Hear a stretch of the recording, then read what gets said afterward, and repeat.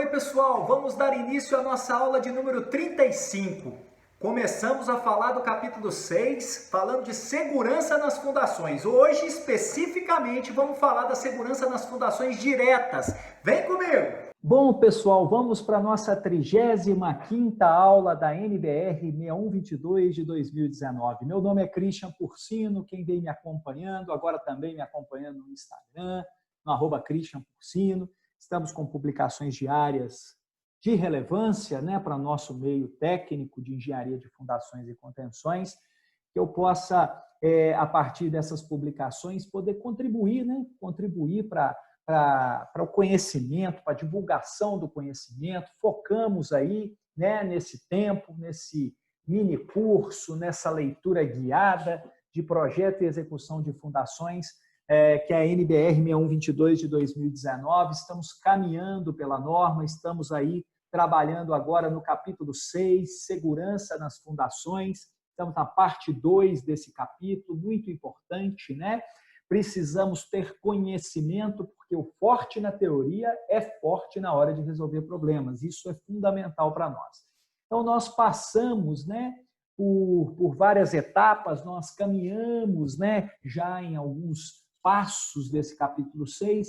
Na última aula falamos das generalidades, comentamos sobre a necessidade de verificar o estado limite último, mas também tomando cuidado de analisar também o estado limite de serviço, Considerando essa sensibilidade da estrutura às deformações das fundações.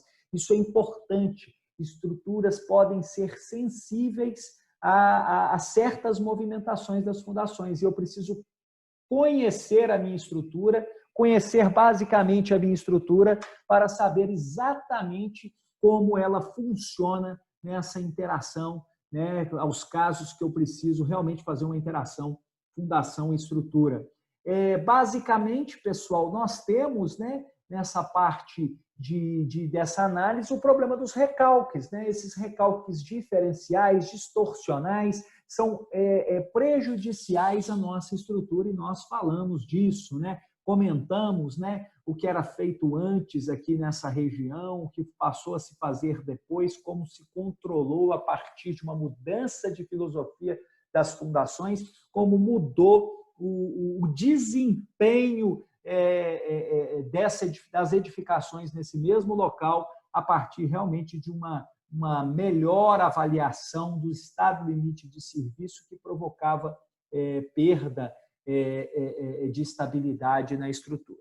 Esse ponto, a gente falou da região representativa do terreno, mas é um ponto realmente muito importante. Vocês vão ver nas próximas aulas que essa região representativa do terreno, você descobrir, definir essa região representativa, amostrar ela e concluir parâmetros geotécnicos sobre ela, é fundamental para o nosso projeto. Chega realmente ser um ponto estratégico do nosso projeto, até envolvendo questões de custo, pessoal, questões de economia, questões de otimização. É importante o conhecimento da verdadeira representatividade geotécnica da região onde a gente está estudando. Isso é importante, O projetista das fundações deve definir essas regiões claramente, E mesmo que ele necessite, a partir das sondagens iniciais, de sondagens de investigações adicionais, não somente sondagens. Nós vamos ver quão importante esses detalhes de investigações adicionais um pouco mais para frente, em outras aulas, nós vamos destacar isso. Então, falamos de estados limites últimos, falamos de estados limites de serviço, falamos dessas verificações necessárias de estados limites últimos, Destacamos que itens mais para frente nós vamos falar sobre as fundações superficiais no 7.2, no 7.3. Falamos que o 8.2 nós vamos falar das fundações profundas, Falar aspectos particulares dessa verificação, com definição de fatores a serem considerados, E hoje nós vamos começar a falar da segurança propriamente dita, no 6.2.1.1, cujo título é Segurança de Fundação Rasa, direta ou superficial, são sinônimos.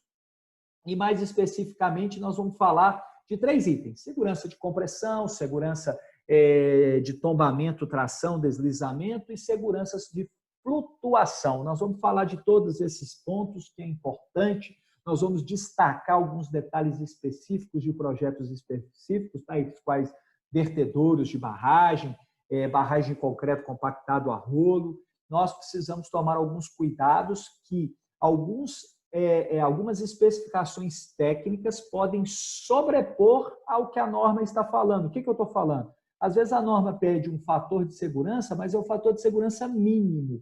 Nada, obviamente, me impede de adotar um fator de segurança maior do que o da norma. Isso é possível. E alguns meios, em alguns cálculos específicos, nós temos critérios de projeto que nos exigem que seja adotado isso por segurança, por experiência, por estudos de outras obras, por necessidade, por conhecimento no exterior específico desse tipo de obra. É importante a gente estar alinhado nisso aí. Então, no item 6.2.1.1.1, segurança na compressão. A verificação da segurança pode ser feita com valores característicos e fator de segurança global ou com valores de cálculo obtidos pela aplicação de coeficientes de ponderação aos valores característicos, devendo ser obedecidos os valores da tabela 1 constante nesta NBR, que nós vamos apresentar daqui a pouco. Quero destacar a opção, ou eu calculo segurança, com valores característicos e fator de segurança global, ou eu calculo com valor de cálculo com aplicação de coeficiente de ponderação aos valores característicos. Cuidado com o balaio de gato, com a salada de fruta, misturar uma coisa com a outra, verificar a partir de um com o coeficiente do outro. Cuidado, pessoal, esse alerta é importante. Em outro momento, quando a gente estiver calculando fundação, eu vou mostrar para vocês os cuidados de não confundirmos uma coisa com a outra. A norma nos dá a opção, mas eu tenho que saber separar o que é cálculo do que é característico. Isso é importante, o que é global, o que é coeficiente de ponderação, eu preciso entender isso claramente. A tabela 1, ela trata de fundações rasas, superficial ou direta, são sinônimos. Fatores de segurança e coeficientes de ponderação para solicitações de quê? De compressão. Então, a tabela 1 é uma tabela típica, restrita à fundação rasa, direta ou superficial. Ela está dividida em 3 colunas. Essas 3 colunas nos falam sobre, primeira coluna, método para determinação da resistência última. A segunda coluna, coeficiente de ponderação da resistência última, o γm. E a terceira coluna vai nos falar sobre fator de segurança global, o FSG, e vai nos dar os valores. Então, eu preciso entender claramente tanto esses índices, esses subíndices aqui, É importante eu entender quais aspectos ele tem, porque podem ter observações importantes para a sequência dos nossos dimensionamentos, Então, por exemplo, aqui na primeira coluna, métodos para determinação da resistência última, ou seja, quando eu uso métodos semi-empíricos, métodos semi-empíricos, ou seja, aqui, vamos ver o que esse ASIM está nos falando aqui, atendendo ao domínio de validade para o terreno local, domínio de validade do terreno local, aonde eu estou aplicando esse meu método, Então, isso é muito importante, porque os métodos semi-empíricos foram configurados para certos tipos de solo, para certos tipos de fundação. Nós precisamos estar alerta com esse tipo de coisa. Isso é importante a gente alertar, é importante você entender qual é a origem desse método, da onde ele veio, através de quais tipos de ensaio, até para tomar cuidado, pessoal, com aqueles asteriscos que existem nos métodos, que é bem claro nas publicações, falando, para esse tipo de estaca, para esse tipo de fundação, para esse tipo de uso, ele precisa de melhor conhecimento, mais ensaios e tudo mais. Então, nos métodos semi-empíricos, ressaltando, para a gente não confundir, porque eu falei de estaca aqui, mas cuidado, nós estamos falando de fundação rasa nesse momento, nós estamos falando, a princípio, somente de fundação rasa. Então, quando eu uso métodos semi-empíricos para determinar a resistência última, o coeficiente de ponderação da resistência última, o meu γm, são valores propostos no próprio processo, ou seja, no próprio método semi-empírico utilizado, porém, no mínimo 2,15. O que a norma está nos dizendo é, se porventura o meu método adota valores menores do que 2,15, a norma exige que eu adote no mínimo 2,15. Christian, para você estar dentro da norma, então eu preciso levar isso em consideração? Sim, positivo e operante. Fator de segurança global. Fator de segurança global, quando eu uso métodos semi-empíricos, valores propostos no próprio processo e no mínimo 3. Mesma historinha. Eu uso o que estão propostos ou não. E com cuidado de adotar no mínimo 3. Isso é importante. Isso é fundamental para nós, tá? Isso tem que ser alertado e tem que ser verificado por nós quando estivermos dimensionando e adotando os coeficientes de ponderação de resistência última ou quando estivermos analisando o fator de segurança global. Métodos analíticos, olha só, na primeira coluna aqui, ó, métodos analíticos, ao Bzinho nosso aqui. O que esse Bzinho fala para nós? Sem aplicação de coeficientes de ponderação aos parâmetros de resistência do terreno. Métodos analíticos, ou seja, sem aplicação de coeficientes de ponderação aos parâmetros de resistência do terreno. Coeficiente de ponderação γm, 2,15. Fator de segurança global, 3. Aqui está definido e claro que nesses métodos analíticos eu devo utilizar 2,5, 2,15 para γm e 3 para o fator de segurança global.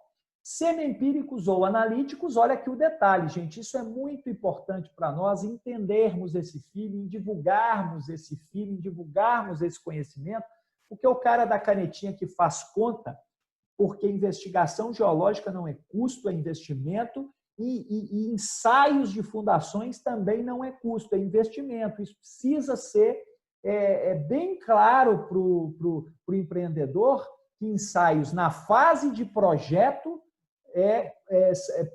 nós podemos obter, nós podemos tirar desses resultados informações que nos dão segurança, mas também posso tirar informações que nos dão essa segurança e, por nos dar essa segurança, permitem certa economia, né? A gente tem que falar de técnica, tem que falar de economia, tem que falar de prazo, qualidade, nós temos que falar de tudo, nós temos que ter esse pensamento global, geral, sobre todo o empreendimento.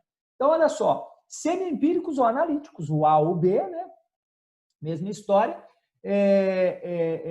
acrescidos de 2 ou mais provas de carga, necessariamente executadas na fase de projeto, conforme 731. 731 vai falar da carga do ensaio de placa, né? Em fundação direta, nós vamos falar isso lá, mas é importante a gente ter isso em mente, né? Se eu utilizar 2 ou mais provas de carga, olha só, eu posso usar qualquer um dos métodos e ele fala para mim aqui, ó, que eu posso usar 1,4 de ponderação da resistência última e eu posso usar 2 para fator de segurança global. Isso é importantíssimo. Esse conhecimento é conhecimento técnico, gente. Eu fazer conta na ponta do lápis e fazer realmente aquilo que vale a pena, né? Isso é importante para nós. Vê aqui mais um detalhe dessa tabela 1, gente.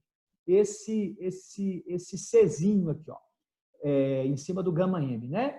Ó, em todas as situações, não é em parte nem na maioria, em todas as situações de γm, o γf igual a 1,4, a majoração para o esforço atuante, se disponível apenas o valor característico, né? Então, eu vou usar γf igual a 1,4 nessa majoração para o esforço atuante, se for disponível apenas o valor característico.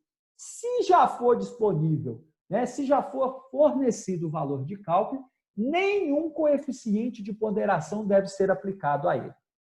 Então, aqui, um alerta importantíssimo, gente.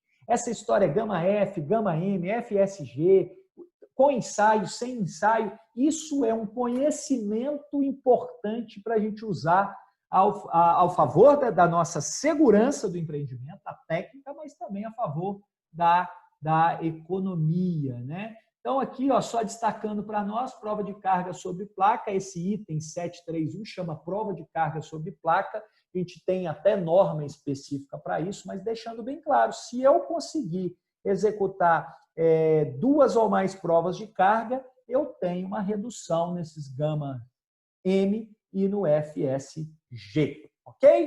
Item 62112, coeficientes de ponderação para verificação de quê? De tração, deslizamento e tombamento. Pessoal, eu já alertei isso para vocês. Nós vamos fazer uma aula especial nesse canal sobre cálculos, como os métodos de cálculo à tração. A gente não costuma ver isso na graduação. Em poucas especializações e pós-graduações fala desse assunto. É um assunto importante para alguns tipos de obra em específico, cuja fundação está tracionada. Mas é importante, até mesmo na aplicação desses métodos, eu ter em consideração o que a norma brasileira leva em consideração para os coeficientes de ponderação, ok? Para verificação de tração, deslizamento e tombamento da minha fundação. Isso é importante. Devem ser adotados os seguintes coeficientes de ponderação. Gama M, ponderação. 1,2, que seria 1,2 de minoração para a parcela favorável do peso. Então, se eu tenho uma parcela que eu verifico que essa parcela da minha conta de estabilidade, atração, deslizamento e tombamento, essa parcela ela é favorável ao peso, eu devo... Ela é favorável, né, do peso, né, favorável à minha verificação de estabilidade, eu devo minorar ela pelo gama M de 1,2, tá? Devem ser adotados os seguintes coeficientes de ponderação e continuação, né? Gama M, 1,4, minoração para a resistência do solo. Então, eu reduzo a resistência do solo em 1,4. E o gama M, né, 1,4, majoração para o esforço atuante, se disponível apenas o seu valor característico. Se já foi fornecido o valor de cálculo, eu não tenho necessidade de aplicar majoração com gama M nenhum, nesse caso específico. Essa observação é importante, que às vezes a gente faz um balaio de gato, faz uma miscelânea, faz uma sobreposição de coeficientes de majoração. Nós temos que tomar cuidado com isso, né? Claro que fica a favor da segurança, mas a gente precisa ter um meio termo e um equilíbrio nesse ponto. O 62113, fator de segurança global para verificação de flutuação. Isso é muito importante, especialmente em alguns tipos de estrutura, tá, gente? A flutuação. Eu tenho que considerar todas as combinações mais desfavoráveis. Por exemplo, elevação do lençol freático. Isso está na norma. Eu preciso conhecer geotecnicamente, pessoal, essa variação de nível d'água. Isso vai até na determinação do nível d'água na sondagem, né? A história, né, de eu verificar posteriormente ao meu furo a posição do meu furo de sondagem, a posição do meu nível d'água no furo de sondagem, os critérios da 6484 para determinação dessa posição do nível d'água. Isso caminha até o seguinte, a própria variação sazonal no tempo que a minha fundação vai funcionar, vai trabalhar, né? Eu tenho uma variação do nível d'água no tempo e eu preciso conhecer essa variação, porque a própria norma fala, vai ter uma possibilidade de elevação, é uma possibilidade mais favorável, por exemplo, à flutuação. Então, isso eu preciso ter em mente, né? Não é aquele negócio, o nível d'água está aqui em 4,57, tá? Isso é uma diretriz para mim do nível d'água, uma diretriz da posição no momento que foi feita a sondagem. Mas há uma variação, chovia na época, era período chuvoso, era período de seca, a região é conhecida, a bacia hidrográfica ali é conhecida por uma grande variação do nível d'água. Isso é comum naquela região, isso eu preciso conhecer, né, pessoal? Existem regiões, até mesmo no próprio território brasileiro, de uma variação muito grande no ano dessa posição do nível d'água. Então, eu tenho que ser responsável por isso, dessa análise. Então, consideradas todas as combinações mais desfavoráveis, por exemplo, a elevação do lençol freático, tanto nos esforços atuantes quanto nos resistentes. Eu tenho que analisar o que é pior com essa variação de nível d'água. E eu tenho que considerar a situação mais desfavorável do tempo. Isso é muito importante. E aí eu tenho que tomar um cuidado muito grande, até mesmo de consubstanciar, de fazer com que a minha memória e meu dimensionamento parem em pé na questão de consistência nesse meu argumento, né? Então, deve ser observado um fator de segurança global mínimo de 1,1. Aqui é o que a norma nos pede, né? É importante, eu vou te dar esse exemplo para a gente encerrar a nossa aula, um exemplo prático, por exemplo, de vertedouros de PCH, de barragens, né? Esses vertedouros em concreto. Aqui tem uma planta mostrando um vertedouro, né? Em planta, né? E aqui nós temos, por exemplo, uma seção em 3D aqui mostrando essa estrutura, que eu tenho que determinar, né? Flutuação, deslizamento, compressão na base. Eu preciso analisar todos esses fatores segundo processos de cálculo conforme as normas técnicas, né? Então, eu preciso analisar todo esse procedimento. E, por curiosidade, eu estou mostrando aqui um aspecto de critério de projeto que, às vezes, nós temos, primeiro, hipóteses de cálculo, casos de carregamento normal, excepcional, construção, que são fundamentais de serem analisados pela gente. Eu tenho no caso aí, eu tenho a possibilidade de um NA normal. O NA normal é aquele NA normal que se espera acontecer o tempo todo, que vai ter lá o empuxo correspondente a ele, a flutuação correspondente a isso, o deslizamento correspondente a isso, a taxa de compressão correspondente a isso, que eu tenho que analisar, né? Eu preciso avaliar, né, essa resistência à compressão, essa segurança à flutuação, tombamento, deslizamento, eu preciso analisar.